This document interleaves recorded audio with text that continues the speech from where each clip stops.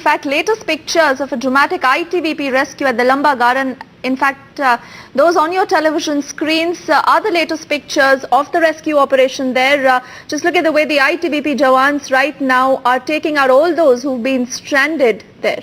Definitely a very commendable job done by the Army, the Air Force and the ITBP personnel, both on air as well as on ground. Because remember, while the choppers are taking off to very difficult terrains and trying to get back all the stranded people, there are also thousands of ITBP and Army personnel on ground who are building makeshift bridges, who are making ropeways and trying to get all these people back to safety. There are ITBP and Army personnel present, injured people and able-bodied men climb down from these stretches. Really critical right now because it has been raining in several parts of Uttarakhand very heavily and rescue work has been suspended there. But here in Joshimath, of course, weather was a dampener because we lost 5 crucial hours in the morning because of bad weather, and also because the visibility hasn't come back to a normal level. We do not have the Mi-17 aircrafts of choppers of the Indian Air Force, which are the bigger ones and which can accommodate around 35 to 40 people at one go, have still not taken off. So we only have the 4 Cheetah helicopters of the Indian Army